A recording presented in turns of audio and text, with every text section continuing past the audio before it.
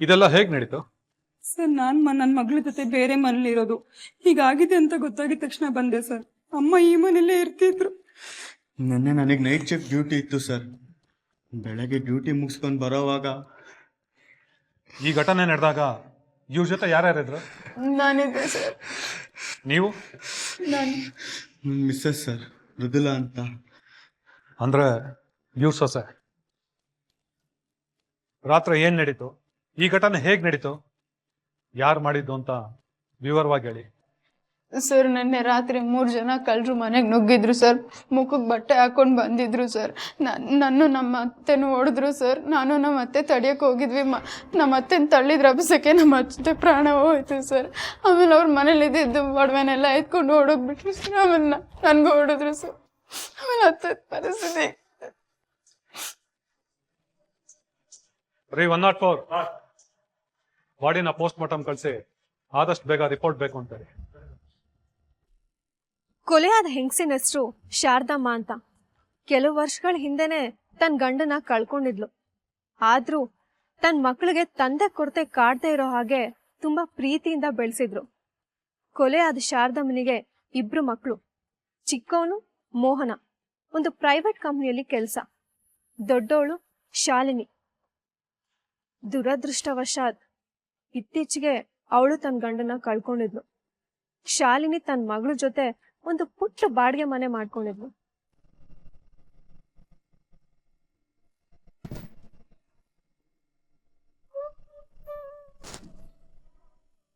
ಯಾಕೆ ನಿನ್ ಕೋಪನೆಲ್ಲ ಆ ಪಾತ್ರೆ ಮೇಲೆ ತೀರಿಸ್ತಾ ಇದೀಯಾ? ಮನುಷ್ಯರ ಮೇಲೆ ತೋರ್ಸಕ್ಕಾಗಲ್ವಲ್ಲ ನನ್ನ ಹಣೆ ಬರಕ್ಕೆ. ನಾನಿನ್ನೂ ಓದ್ತೀನಿ, ನನ್ನ ಕಾಲ ಮೇಲೆ ನಾನು ನಿಂತ್ಕೊಂತೀನಿ ಅಂತ ಬೇಡ್ಕೊಂಡೆ. ಹೆಣ್ಣು ಎಷ್ಟು ಓದಿದ್ರು ಮುದ್ರೆ ತಿಕ್ಕೋದ್ ತಪ್ಪಲ್ಲ ಅಂತೇಳಿ ನನ್ ಮದ್ವೆ ಮಾಡ್ಕೊಟ್ಟೆ. ಈಗ ನೋಡು ನನ್ ಪಾಡು. ಹುಡುಗ ಒಬ್ಬ ದೊಡ್ಡ ಬಿಸ್ನೆಸ್ ಮ್ಯಾನು, ನಿನ್ನ ಚೆನ್ನಾಗಿ ನೋಡ್ಕೊಳ್ತಾನೆ ಅಂತ ಕೊಟ್ಟೆ. ಅದು ತಪ್ಪಾ ಅಲ್ವಾ?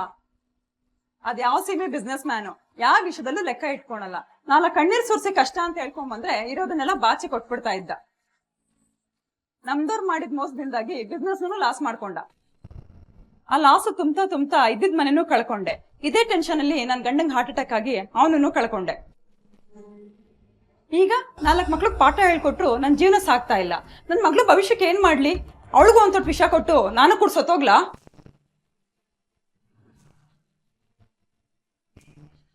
ಇದನ್ ಪದೇ ಪದೇ ಹೇಳಿ ನನ್ ಹೊಟ್ಟೆ ಯಾಕೆ ಉರಿಸ್ತೀಯಾ? ಇನ್ನೇನಮ್ಮ ಮಾಡ್ಲಿ?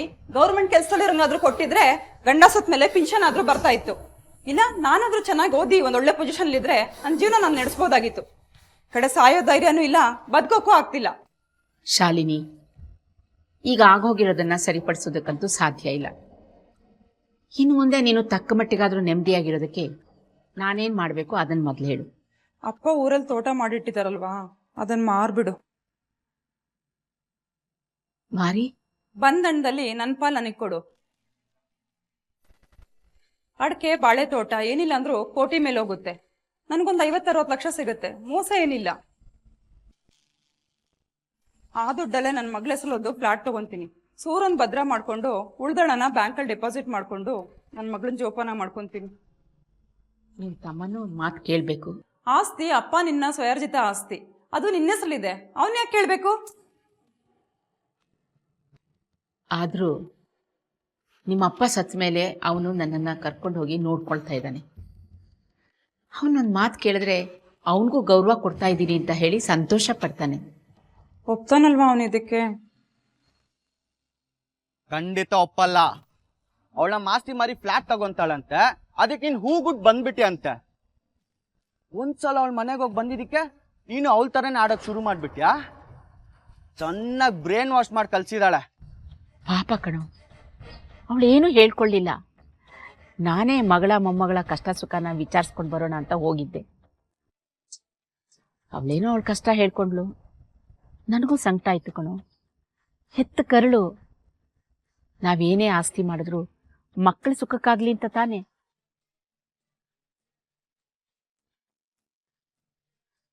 ಅದಕ್ಕೆ ನಿನ್ ತಮ್ಮನ್ನು ಒಂದು ಮಾತು ಕೇಳ್ತೀನಮ್ಮ ಅಂತ ಹೇಳಿ ಬಂದೆ. ಈಗ ಮಾತಾಡಾಯ್ತಲ್ಲ, ನಾನು ಒಪ್ಕೊಂಡಿಲ್ಲ ಅಂತ ಹೋಗಿ ಅವಳಿಗೆ ಹೇಳ್ಬಿಡಿ. ಅವಳಿಗೆ ಈ ವಿಷಯ ಗೊತ್ತಾದ್ರೆ ಎಷ್ಟು ಸಂಕಟ ಪಡ್ತಾಳೆ ಗೊತ್ತಾ? ಅದಕ್ಕೆ ನಾನೇನ್ ಮಾಡ್ಲಿ? ನೋಡಮ್ಮ, ಅಕ್ಕ ನಿನ್ನ ಹೆಸರಲ್ಲಿ ಆಸ್ತಿ ಇರೋವರೆಗೂ ನಿನ್ನ ಮಾರು ಅಂತ ಪೀಡಿಸ್ತಾನೆ ಇರ್ತಾಳೆ. ಇನ್ನೊಂದು ಕೆಲಸ ಮಾಡು, ಆಸ್ತಿನೆಲ್ಲ ನನ್ನ ಹೆಸರಿಗೆ ಟ್ರಾನ್ಸ್ಫರ್ ಮಾಡು. ಅದು ಅನ್ಯಾಯ ಆಗುತ್ತೆ.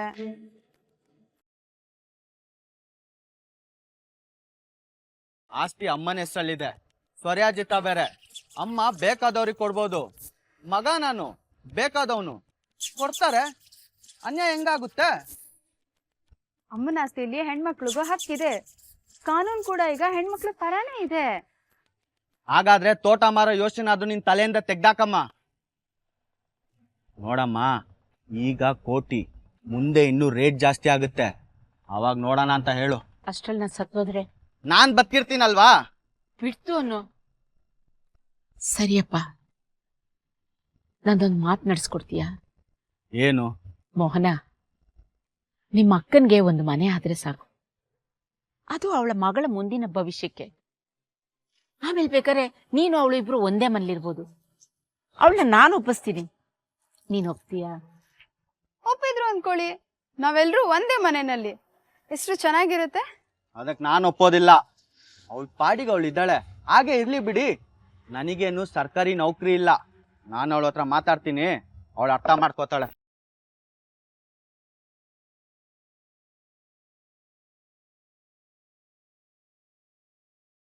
ಯಾಕೆ ಅಳ್ತಾ ಇದ್ದೀರಾ? ಅಳದೆ ಇನ್ನೇನೇ ಮಾಡ್ಲಿ? ನನಗಿರೋರು ಇಬ್ರು ಮಕ್ಕಳು.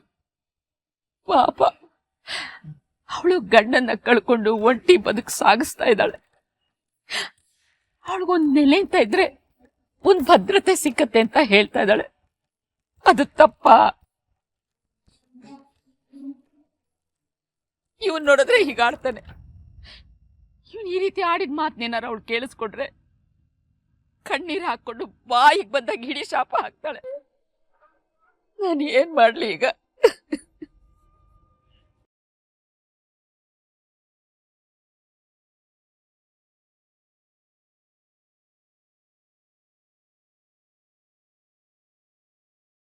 ಎಲ್ಲಾರನ್ನು ಎಷ್ಟು ಚೆನ್ನಾಗಿ ನಿಭಾಯಿಸ್ತೀಯ. ನೀನೇ ಇದನ್ನೆಲ್ಲ ಬಗೆಹರಿಸ್ಬೇಕು ಕಣೆಂದ. ನಾನು ಈಗಲೇ ಅದಕ್ಕೆ ಕಾಲ್ ಮಾಡಿ ಕರಿತೀನಿ, ಬರಕ್ ಹೇಳ್ತೀನಿ. ನೀವೆಷ್ಟೇ ಹೇಳಿದ್ರು ನನ್ ಮಾತೊಂದೇ. ಇವತ್ತು ಈ ಮನೇಲಿ ಒಟ್ಟಿಗೆ ಇರೋಣ ಅಂದೋಳು ನಾಳೆ ಮನೇಲಿ ನನ್ಗೆ ಭಾಗ ಬೇಕಂತ ಬರ್ಬೋದು. ಅಮ್ಮನ ಆಸ್ತಿಯಲ್ಲಿ ಹೆಣ್ಮಕ್ಳಿಗೂ ಪಾಲ್ ಬೇಕಂತ ಹಠ ಹಿಡಿಬೋದು. ಆತರ ಎಲ್ಲ ಮಾಡಲ್ಲ ಕಣೋ. ಯಾವ ಗ್ಯಾರಂಟಿ? ನಾನ್ ನಿನಗೆ 10 ಲಕ್ಷ ಕೊಡ್ತೀನಿ, ಒಂದ್ ಮನೆ ಲೀಸಿಗೆ ಹಾಕೋ. ಮನೆ ಬಾಡಿಗೆ ಇಲ್ಲ ಅಂದ್ಮೇಲೆ ಆ ದುಡ್ಡಲ್ಲಿ ಮಗಳು ವಿದ್ಯಾಭ್ಯಾಸನೂ ನಡೆದೋಗುತ್ತೆ.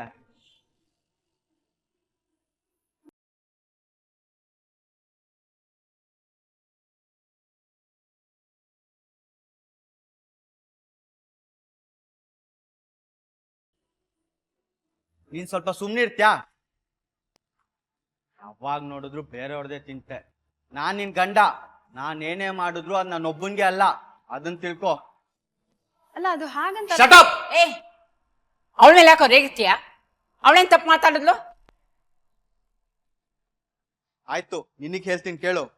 ಅಕ್ಕನ್ಗೆ ಅರ್ಶನ ಕುಂಕುಮಕ್ಕಂತ 2 ಲಕ್ಷ ಕೊಡು. ಅದನ್ ಬಿಟ್ಟು ಸಮಪಾಲ್ ಅಂತ ಏನಾದ್ರು ಮಾತಾಡಿದ್ರೆ ಸರಿ ಇರೋದಿಲ್ಲ. ಏನೋ ಮಾಡ್ತೀಯಾ? ಆಸ್ತಿಲ್ ಏನಾದ್ರೂ ಪಾಲ್ ಕೇಳೋಕ್ ಬಂದ್ರೆ ನಾನ್ ಕೊಲೆ ಮಾಡಕ್ಕೂ ಹೇಸಲ್ಲ. ಏನಮ್ಮ ಇವ್ನು ಹಿಂಗ್ ಮಾತಾಡ್ತಾನೆ? ಇವನ್ ಬೈಲಿ ಮಾತು ಕೇಳಕ ನಾನು ಕರ್ಸಿದ್ದು. ನೀನ್ ಇಲ್ಮೇಲೆ ಇವನೇ ನನ್ನ ತವರು ಅನ್ಕೊಂಡಿದ್ದೆ. ಛೇ, ನಾನು ಒಂದ್ ಕ್ಷಣನೇ ಮನೇಲಿರೋದಿಲ್ಲ. ನಿಂತ್ಕೋ ಶಾಲಿನಿ.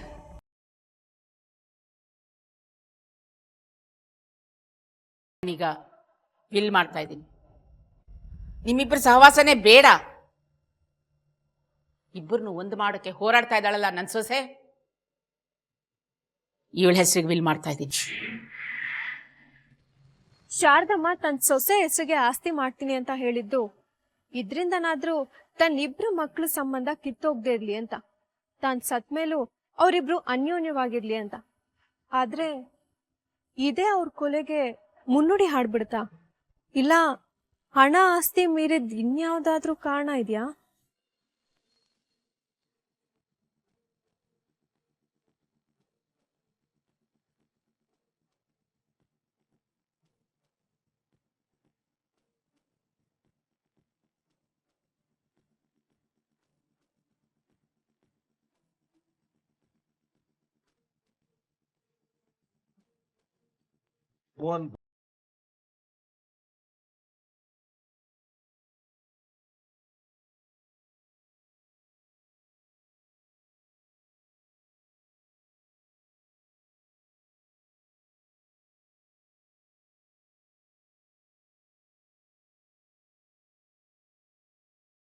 ಕೊಲೆನಾ?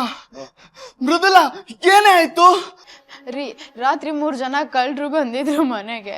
ನನ್ನ ಅತ್ತೆನೋ ಹೊಡೆದ್ರು. ನಾವು ತಡಿಯೋದಕ್ಕೆ ಹೋಗಿದ್ದಕ್ಕೆ ಅತ್ತೆನ ತಳ್ಳಿಬಿಟ್ರು. ರಬ್ಸಕ್ಕೆ ಅತ್ತೆ ಪ್ರಾಣ ಹೋಯ್ತು ರೀ. ಮನೇಲಿ ಇದ್ದಿದ್ದು ಒಡವೆನೆಲ್ಲ ದೋಚ್ಕೊಂಡು ನೋಡಿ ನನ್ಗೆ ಹಿಂಗೆಲ್ಲ ಹೊಡೆದಾರ ಅತ್ತೆ. ಮತ್ ನನಗ್ ಯಾಕೆ ಹೇಳಿಲ್ವೇ? ತುಂಬಾ ಕಾಲಿಗೆ ಟ್ರೈ ಮಾಡಿದೆ, ನೀವೇ ಕಾಲ್ ಪಿಕ್ ಮಾಡಿಲ್ಲ. ನನ್ ಫೋನ್ ಸೈಲೆಂಟ್ ಅಲ್ಲಿ ಇತ್ತು ಕಣೆ. ಅಮ್ಮ,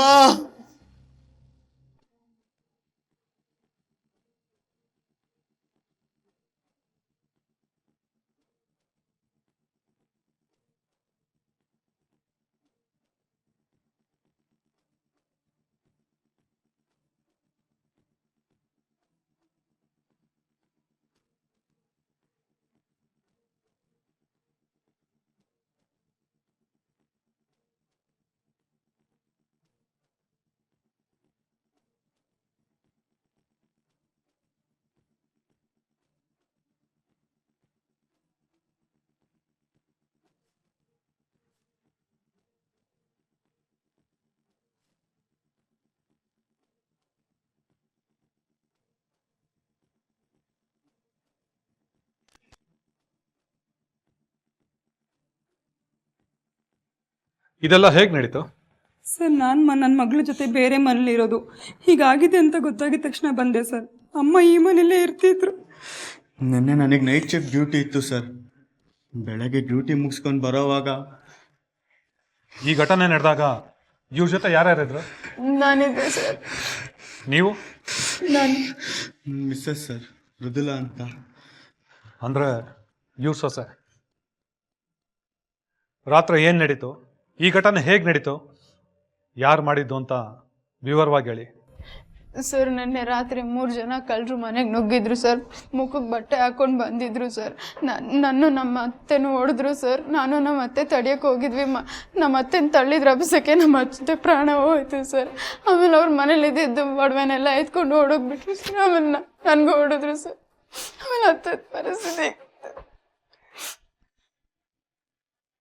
ರೀ 104, ಬಾಡಿನ ಪೋಸ್ಟ್ ಮಾರ್ಟಮ್ ಕಳಿಸಿ ಆದಷ್ಟು ಬೇಗ ರಿಪೋರ್ಟ್ ಬೇಕು ಅಂತೇಳಿ. ಶಾರದಮ್ಮನ ಕೊಲೆಗಾರನ್ ಪತ್ತೆ ಹಚ್ಚೋದಕ್ಕೆ ಪೊಲೀಸರು ಸಾಕಷ್ಟು ಪ್ರಯತ್ನ ಪಡ್ತಾನೆ ಇದ್ರು. ರೆಕಾರ್ಡ್ಸ್ ಅಲ್ಲಿರೋ ಮನೆಗಳರು ಕ್ರಿಮಿನಲ್ಸ್ನೆಲ್ಲ ಸ್ಟೇಷನ್ಗೆ ಎಳ್ಕೊಂಡು ಬಂದ್ರು. ಜೊತೆಗೆ ಶಾರದಮ್ಮನ ಸೊಸೆನೂ ಸ್ಟೇಷನ್ಗೆ ಕರೆಸಿದ್ರು. ಆ ಕ್ರಿಮಿನಲ್ಸ್ನೆಲ್ಲ ಸೂಕ್ಷ್ಮವಾಗಿ ಗಮನಿಸಿದ ಮೃದುಲಾ ಇದ್ರಲ್ಲಿ ಯಾರು ನಮ್ಮ ಮನೆ ಕಳ್ತನಕ್ಕೆ ಬರಲಿಲ್ಲ ಅನ್ನೋ ವಿಷಯನ ಹೇಳ್ತಾಳೆ. ಹಾಗಿದ್ರೆ ಸ್ವಂತದವರೇ ಸಂಚು ಮಾಡಿ ಶಾರದಮ್ಮನ್ನ ಕೊಲೆ ಮಾಡಿಸಿದ್ರ ಅನ್ನೋ ಪ್ರಶ್ನೆ ಪೊಲೀಸರ ತಲೆಯಲ್ಲಿ. ಈ ವೇಳೆಗೆ ಶಾರದಮ್ಮ ಸತ್ತು 11 ದಿನ ಮುಗೀತು. ಅವ್ರ ಮನೇಲಿ 11 ದಿನ ಕಾರ್ಯ ನಡೀತಾ ಇತ್ತು. ಅಲ್ಲಿ ಶಾಲಿನಿನೂ ಇದ್ಲು.